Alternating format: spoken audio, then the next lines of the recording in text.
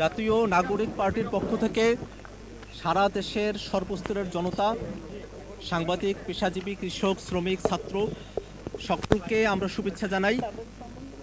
আজ জাতীয় নাগরিক পার্টির পক্ষ থেকে আমরা জাতীয় স্মৃতিসৌধে এসেছি। ৭১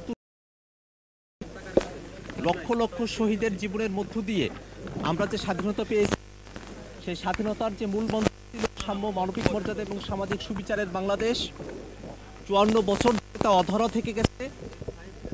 আমরা জাতীয় নাগরিক পার্টি, এনসিপির নেতৃবৃন্দ, সারা দেশের আমাদের নেতাকর্মীরা আমরা অঙ্গীকারবদ্ধ যে ৭১-এর সাম্য, মানবিক মর্যাদা এবং সামাজিক সুবিচারের যে বাংলাদেশ, সেই বাংলাদেশ নির্মাণে এনসিপি, জাতীয় নাগরিক পার্টি কাজ করে যাবে।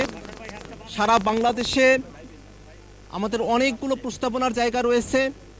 বাংলাদেশকে গোটা বিশ্বের বুকে মাথা উঁচু করে দাঁড়াবার মতো একটি দেশ হিসেবে দেখা, ঢাকা শহরকে গ্লোবাল সাউথের প্রধান হিসেবে দেখা এবং অনেকগুলো স্বপ্ন নিয়ে আমরা আগাচ্ছি।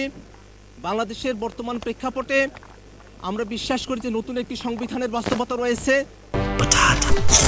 বাছাই করা আলু আর স্পাইসি সিজনিং এ প্রাণ পোটাটা চিপস নাকি বিস্কিট খেয়ে বুঝে নাও। তার প্রেক্ষিতে আমরা গণপরিষদ নির্বাচনের কথা বলেছি এবং একই সাথে সে গণপরিষদ নির্বাচনে যারা জয়ী হবেন তারা সংসদ সদস্য হিসেবেও ভূমিকা পালন করবেন, তেমন প্রস্তাবনা আমাদের পক্ষ থেকে আছে।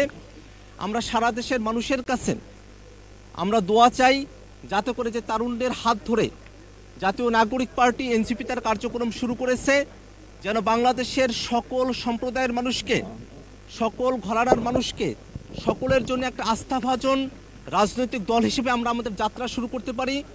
ডান বামের বাইনারির বিভাজনের মধ্যে না গিয়ে সত্যিকার অর্থে একটি মধ্যমপন্থী রাজনীতি বাংলাদেশে আমরা আলোচনা করতে পারি, তেমন অঙ্গীকার আমাদের রয়েছে।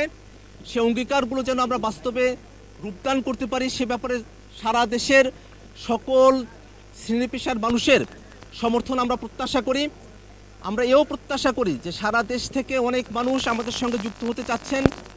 অল্প সময়ের মধ্যেই সারা দেশের সকল জেলায়, সকল উপজেলায় জাতীয় নাগরিক কমিটি তাদের কর্মপরিধি এবং বিস্তৃতি করতে সক্ষম হবে বলে আমরা আশাবাদী। এই সময়ে আজকে আমাদের আরও একটি কর্মসূচি রয়েছে রায়ের বাজারে। ২৪-এর যারা শহীদেরা আছেন আমরা তাদের কবর জিয়ারতে যাব, আমরা তাদের জন্য দোয়া করব।